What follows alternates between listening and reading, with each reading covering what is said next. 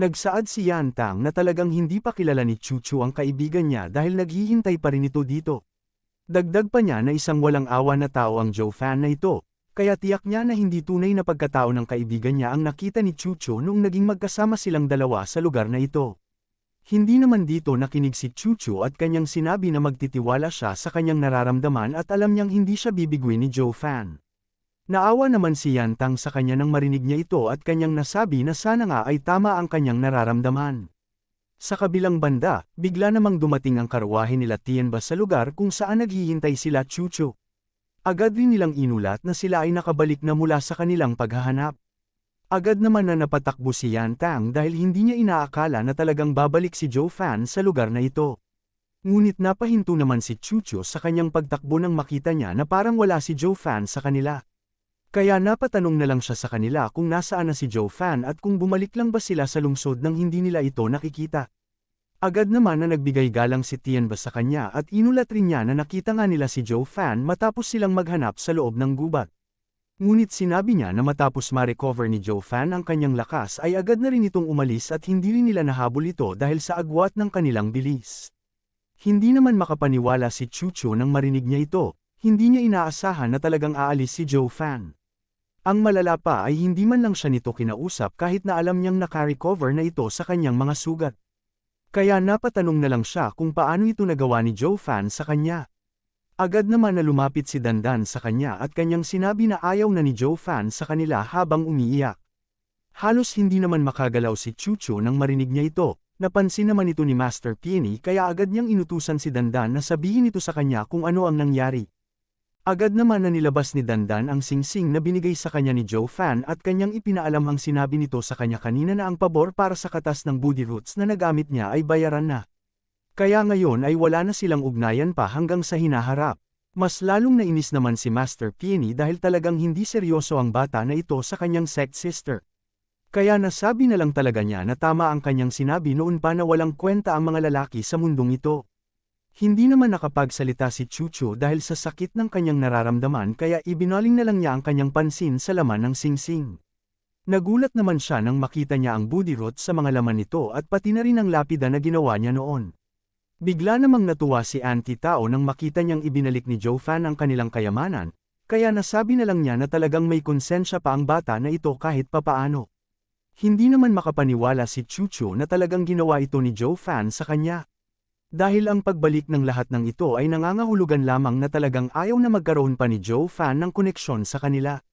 Kaya napatanong na lang siya kung talagang baliwala lamang kay Joe Fan ang kanilang pagsasama noon. Naisip rin niya na ang nag-iisang tao na minahal niya sa buong buhay niya ay talagang niloko lamang siya. Bigla namang nagsaad si Yan Tang na may sasabihin siya sa kanila kaya huwag dapat magalit si Chuchu sa kanila. Ipinaliwanag niya na sa simula pa lang ay sinabi na ni Joe Fan ang kanyang pakay upang makuha ang katas ng Booty Roots ng kanilang sect. Nagkataon lamang na nagkaroon ng balakid sa kanyang mga plano tulad ng pagdating ng Regent State kaya tinulungan niya ang mga ito. Ngunit ang lahat ng ito ay naaayon pa rin naman sa mga nais niyang makuha.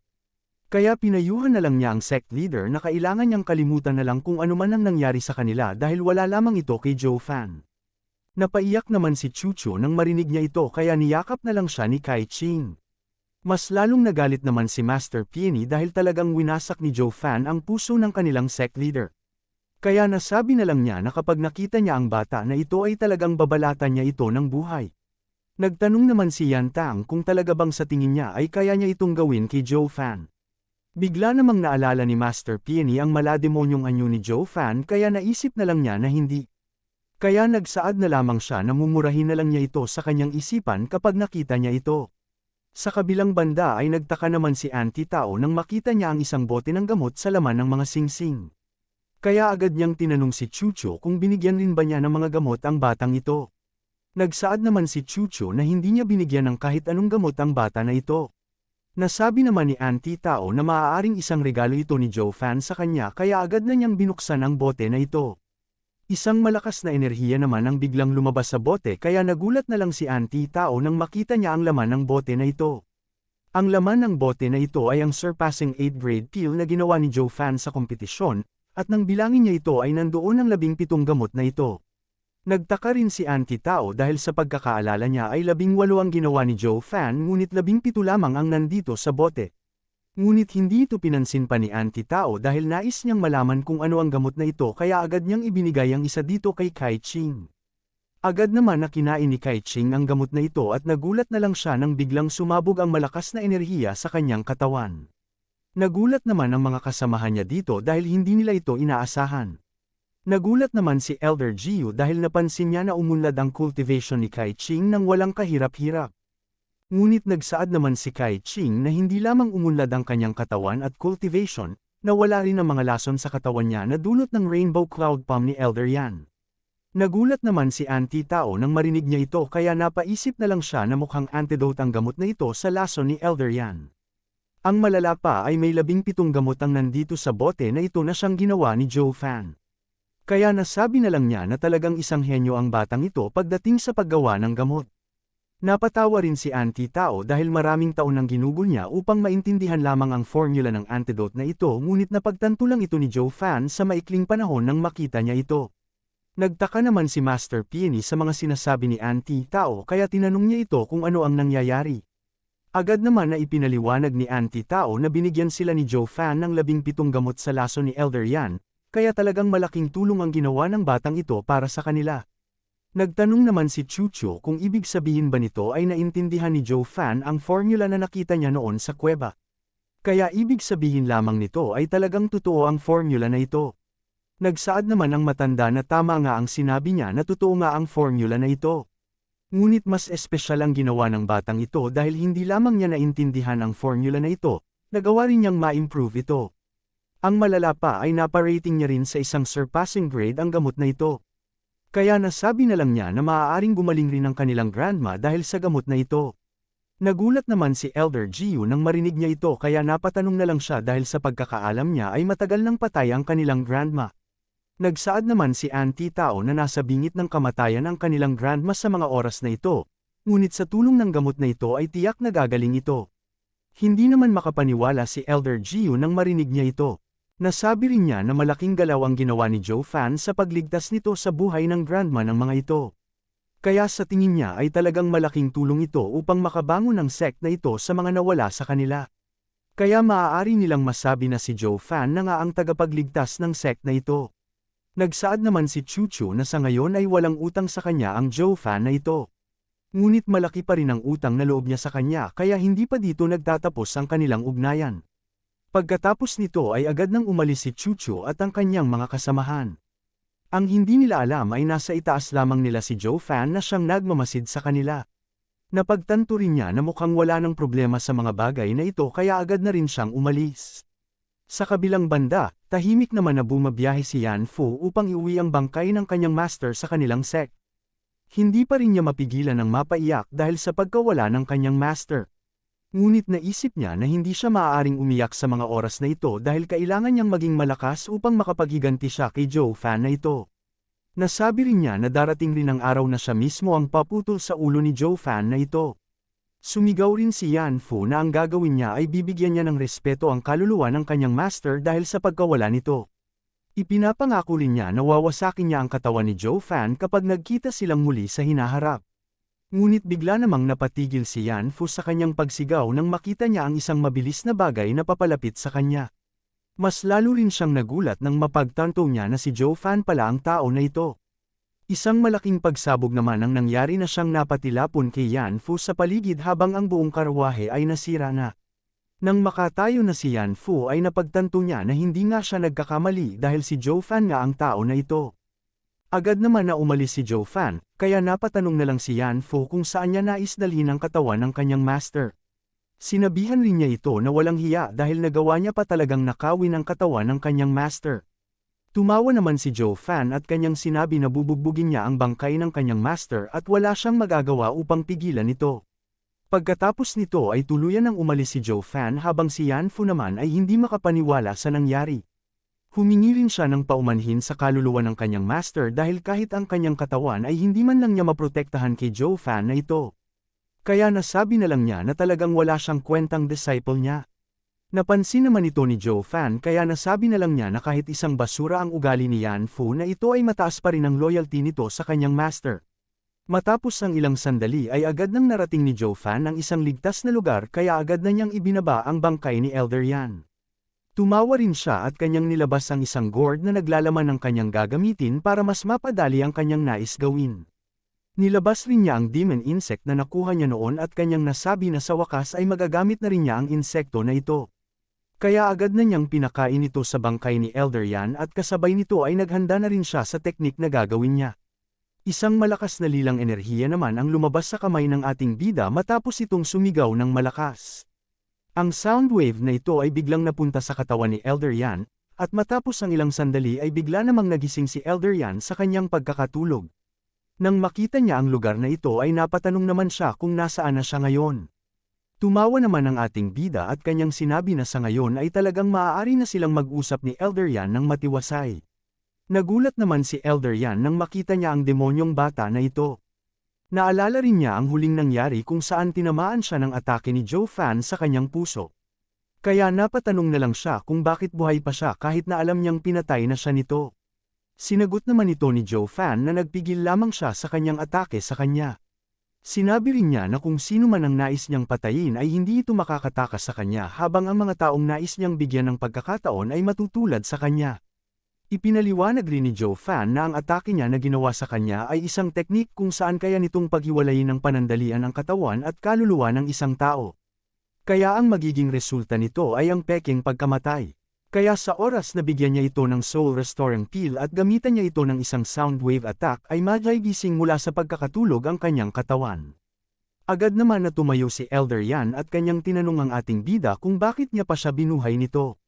Ipinaliwanag naman ng ating bida na nirerespeto niya ang pagiging isang mabuting alchemist ni Elder sa henerasyon na ito kaya sayang lamang kung mawawala ang buhay niya. Kaya inalok niya ito kung bakit hindi na lang siya magtrabaho sa kanya. Tumawa naman si Elder Yan nang marinig niya ito at kanyang sinabi na talagang tanga si Joe Fan kung inaakala niya na magtatrabaho siya sa kanya. Sinabi rin niya na siya ang pinakamagaling na alchemist sa kanilang sect kaya bakit naman niya ibababa ang kanyang dignidad para lamang magtrabaho sa kanya. Natuwa naman si Joe Fan nang marinig niya ito at kanyang nasabi na talagang gusto niya ang pagiging mayabang ni Elder Yan kaya ito ang dahilan kung bakit niya nais makuha ito. Dagdag pa niya na ang mga taong katulad niya lamang ang may kakayahan na gumawa ng isang magandang gamot. Ngunit umarte rin si Joe Fan na hindi niya pipilitin si Elder Yan na sumali sa puwersa niya kung ayaw nito kaya agad na siyang tumalikod. Kaya nagtaka na lang si Elder Yan dahil alam niyang hindi ito ang paraan ni Joe Fan. Alam niya na hindi ito papayag na hindi niya makuha ang gusto niya kaya napatanong na lang siya kung hindi ba siya nito kokumbinsihin na sumali sa kanya. Nagsaad naman ang ating bida na hindi na niya kailangan pang gawin ito. Agad din niya na tinaas ang kanyang kamay at kanyang sinabihan ang matanda na isang salita lamang niya ay tiyak na susundin na niya.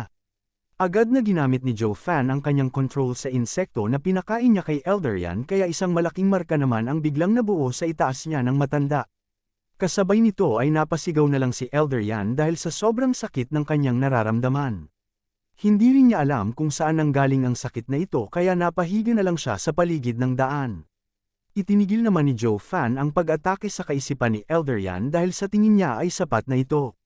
Galit na tinanong naman ni Elder Yan ang ating bida kung ano ang ginawa niya sa kanya dahil ngayon lamang siya nakaramdam ng ganitong sakit sa buong buhay niya. Nagsaad naman ang ating bida na alam niya na sa simula pa lang na maaaring hindi pumayag si Elder Yan sa alok niya sa kanya. Kaya naghanda na siya ng paraan upang makontra niya ito. Kaya pinakain niya sa kanya ang isang insekto na siyang magbibigay ng kontrol nito sa kanya.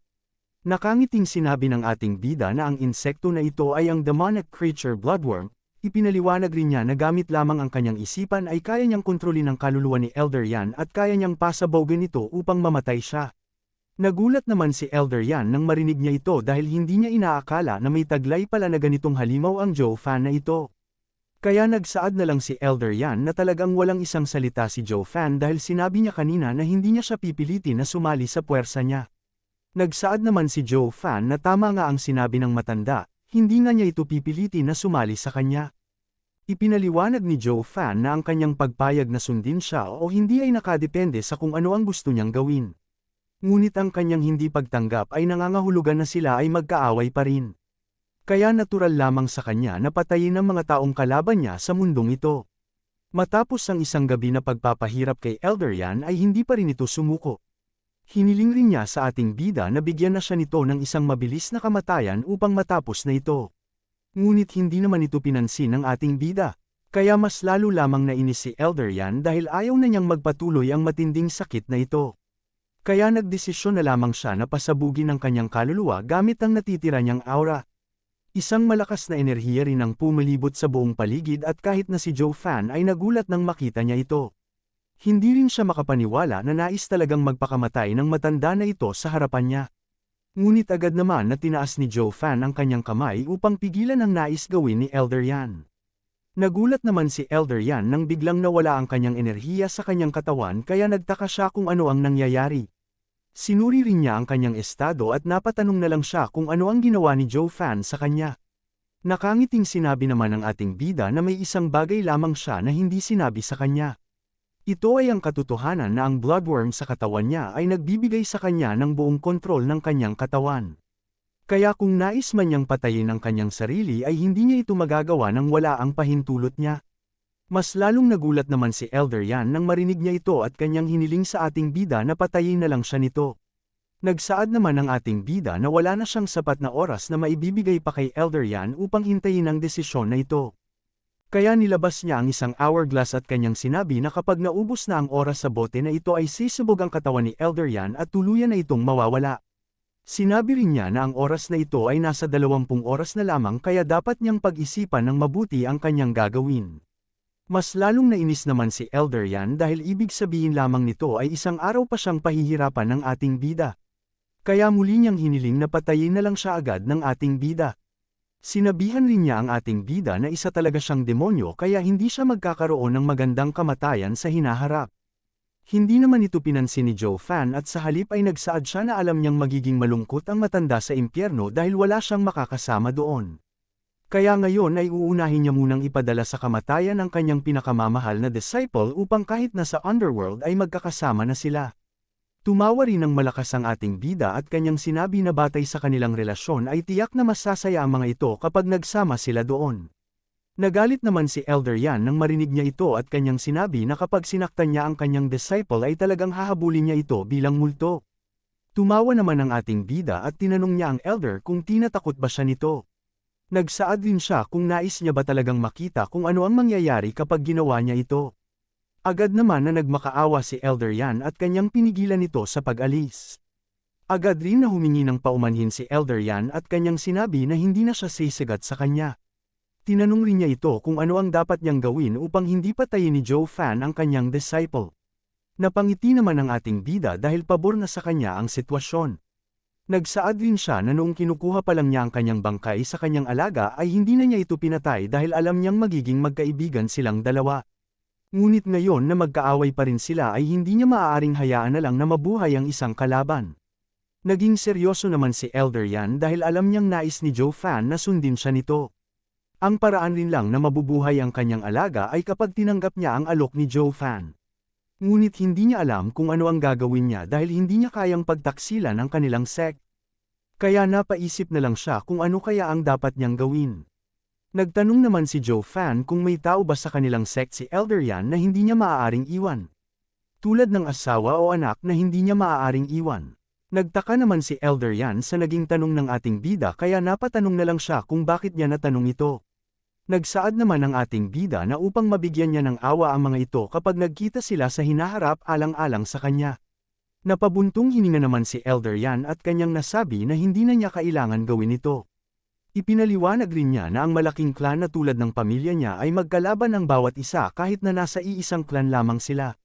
Tulad na lang ng siya ang maging pinakamagaling na alchemist sa kanilang sect, maraming tao ang nagalit at nainggit sa kanya. Nasabi rin niya na hindi rin siya malapit sa mga elder ng kanilang sect at mga kalaban rin niya ang mga ito. Tanging ang disciple na lamang niya ang malapit sa kanya kaya tinatrato niya ito na parang isang anak. Kaya kung magkita man sila sa hinaharap ay sana magpakita siya ng awa kay Yan Fu. Natuwa naman si Joe Fan nang marinig niya ito kaya napatanong na lang siya kung ibig sabihin ba nito ay tinatanggap na ni Elder Yan ang kanyang alok sa kanya.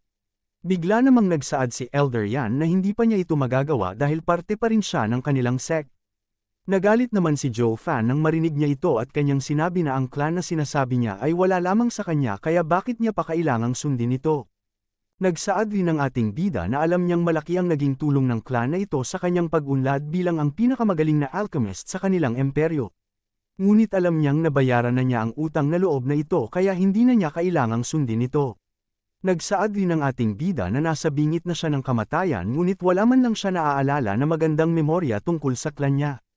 Kaya dapat niyang iwanan na lang ito. Nagulat naman si Elder Yan nang mapagtanto niya ito. Natahimik naman si Elder Yan dahil sa mga sinabi sa kanya ni Joe Fan.